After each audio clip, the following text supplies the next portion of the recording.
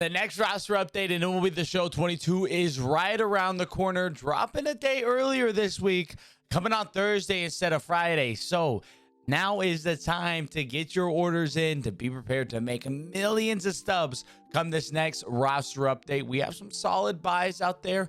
We have some guys that have a solid chance of going up. Now, in this video, I'm going to be going over people who I think have some solid investment opportunity, not necessarily the best chances to go up. So for example, a guy like Paul Goldschmidt right now, really good chance to go diamond come Thursday's roster update. He's already 2,600 subs in the market. That's not somebody we're going to be mentioning in this video.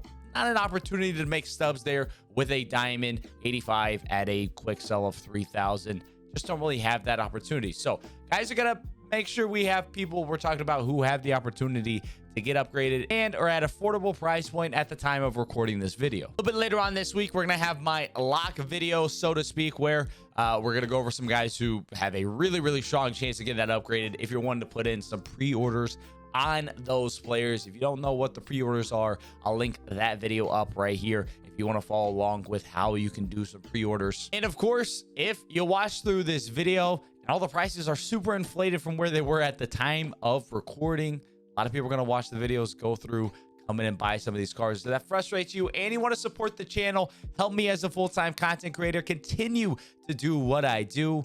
Consider becoming a channel member today. You'll find that right next to the subscribe button at the bottom of the video. Make sure you're on browser. Also have a link to it down in the description below. Supports me in a massive way and allows me to continue creating these videos, having the time to put in and do the research for these to make sure we can put out the highest quality content and I can give you all the best of advice that I can. Let's go ahead in this one though. Let's hop into it. We got a handful of names that we're going over and we got some opportunities to get out there and make some stubs. First guy we're talking about here today, it is Carlos Correa. Obviously had that really rough start to the season, was bouncing back in a big way, had the hand injury. He is fully back from that injury now. He's batting 385 in his first 3 games back from his hand injury. He was hot before that injury. He's come back. He hasn't skipped a beat. You look at his offensive attributes with a ton, so much room to grow here for Correa. With how he was performing right before he got injured, coming back, not missing a beat. He's played today versus the Royals, what should be a good matchup. Hopefully we can see a little bit of power out of him. That is really where he's going to need to grow. Again, his contact versus right has a ton of room to grow as well. But his contact left, power right, they're not in bad spots as it is. So we need that power left, contact right to show up a little bit more. But he's a dude who has a track record that matters here. We know Carlos Correa at his best, one of the best players in baseball, a diamond caliber player, 100%. The way he's playing now, he's heating back up. That average is creeping back up. And even when you look into deeper some of his analytics, he actually has a career high with his average exit velocity right now, higher than any other previous season. So he is heating up in a big way. Got that massive downgrade in the first roster update. I think he's going to start chipping away, working his way back up now. He's 80 overall. He's well over 80 overall quick sell. He's over 81 overall quick sell, which is a little pricey, but Correa, he's a guy that has massive long-term potential for me. I think he can easily get back to becoming a diamond. He's playing super well. So 720 in the grand scheme of things, not that expensive for a guy like Carlos Correa with how well he's been playing. I like him a lot. I like what he's doing. Another couple of big games in this roster update period. He could be looking real nice to take that first big league to possibly becoming a diamond at some point this year. Next guy we're chatting about here, Hunter Renfro, has been on fire in this roster update period. You can see those offensive contact attributes, 50 and 56, not very well. Never been much of a guy to hit for power. He does have the diamond defensive shield thanks to his 95 arm rating, 74 fielding, 79 accuracy, 78 reaction. Not too bad at all for his defensive attributes. That creates him a nice solid defensive floor. The thing holding him back from being a very highly rated card is those contact attributes. 50 contact right, 56 contact left. Those need to come up quite a bit. While you ask, what is he doing in this current update period? He's batting 409 versus lefties and 455 versus right-handed pitchers. He continues to hit at that threshold, at that level. That contact right, contact left are going to get a massive upgrade. And Hunter Renfro as a player is going to get a massive upgrade. Just 50 subs above quick sell right now for Renfro. Really like that price point for him. Not a whole lot of risk. With how well he's been hitting, he's almost certainly going to get a +1 to an 82 with some slight contact boost. You could see a little bit of a power dock here and there.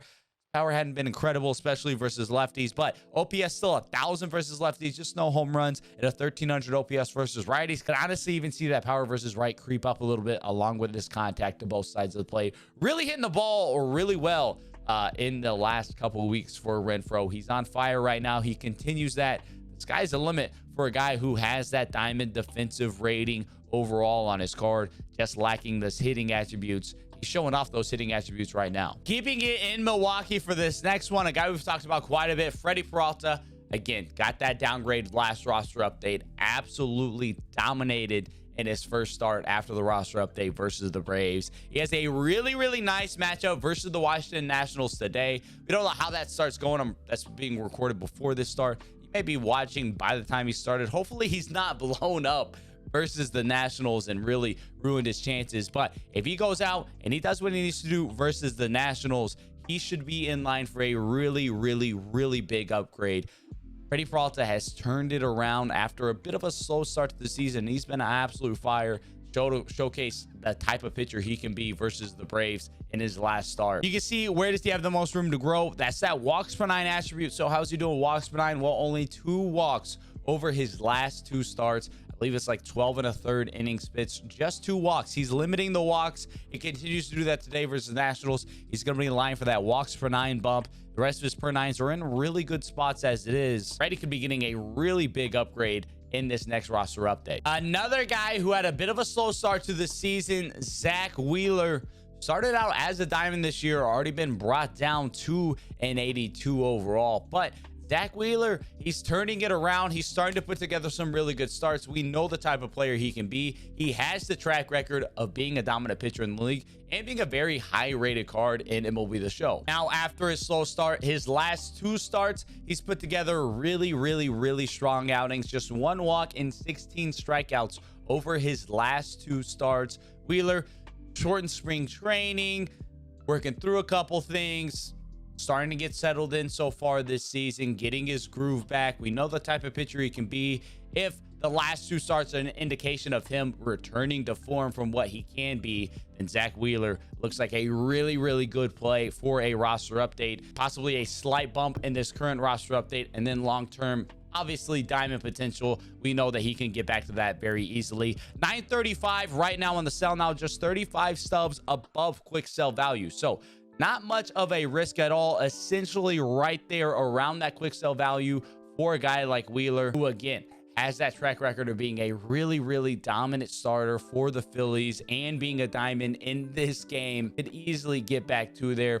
Could start with a couple +1, +2 in this update period, but again, at 935, really no risk. Super strong value here, in my opinion, on Wheeler. Last guy we're going to be missing it here today. Honestly, not a whole lot of great value out there in the market. I was struggling to find some guys that are a little bit underpriced from where I thought they could be. A lot of the main guys, we'll hit on a couple of those in a little bit, already priced really high. But we got Mike Yastrzemski here, 78 overall. I think it'd be a sneaky little play to get up to that gold. Only 69 contact right, 54 contact versus left. Yet in this update period, he's batting .333 versus both lefties and righties over a decent sample size. It's not the biggest sample size, but that average is starting to come around for Yastrzemski, only needing a +2 to get to gold. I think there's some possibilities he could get that contact boost in this update and boost himself up to gold.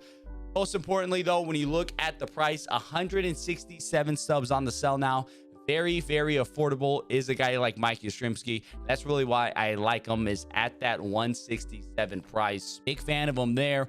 Lots of room to grow offensively, starting to get hot a little bit with the bat and swing pretty well. So those are the main 5 guys I'm looking at right now as really strong value plays. A couple other people that I like to get upgraded still, if you want to go in and possibly get it a little bit higher, that in my opinion are just a little overpriced right now for me. Guys like Pablo Lopez, showing around 1,500 stubs right now as an 83. I don't really like buying an 83 at an 84 quick sell. Same with Zach Gallen, an 82, priced out at an 83 right now, north of 1,200 stubs. A little pricey for me. Long term, though, probably not a bad play there on Zach Gallen. Jay McClanahan as well, along with Alec Manoa, both around that 2,000 plus stub range. Don't really love guys, 2,000 plus stubs. They have to go diamond for me to even get 1,000 stub per return. I think I find some better value elsewhere with my stubs. Same as well with a guy like CJ Cron, Paul Goldschmidt. Those guys north of 2,000 stubs,